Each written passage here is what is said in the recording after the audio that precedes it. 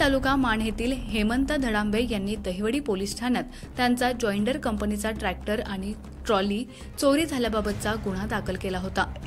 हा गुन्हा दाखल झाल्यानंतर सहाय्यक पोलीस निरीक्षक अक्षय सोनवणे यांच्या मार्गदर्शनाखाली त्यांच्या तपास पथकाने तपासाची चक्रे गतिमान करून अवघ्या 5 तासात हा चोरीच्या गुन्ह्याचा छडा लावला।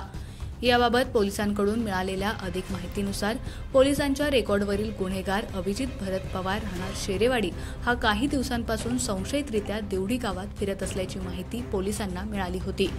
त्यानुसार त्यांच्याकडे या चोरीबाबत विचारपूस करण्यासाठी त्याचा शोध घेण्याचा प्रयत्न केला असता त्याच्या नातेवाईकांकडून तो कोल्हापूरला असल्याची माहिती मिळाली। त्यानंतर मोबाईल नंबरचे लोकेशन काढून तांत्रिक बाबींच्या आधारे तो कोल्हापूर येथे नसून वडूजमध्ये असल्याचं पोलिसांना समजलं। त्याने दिलेल्या खोट्या माहितीमुळे त्याच्यावरील चोरीचा संशय दृढ बळावला।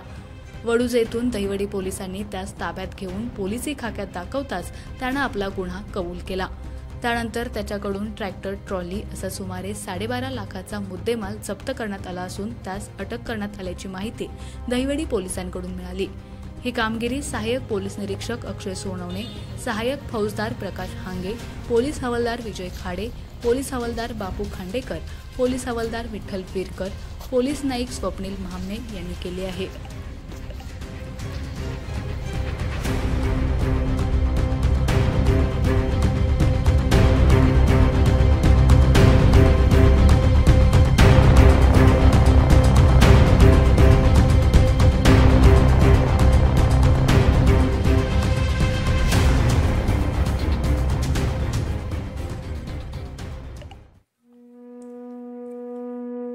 आमच्या खबर गावाकडची या चॅनेलला सबस्क्राइब करा, लाईक करा आणि आमचे व्हिडिओ शेअर करा।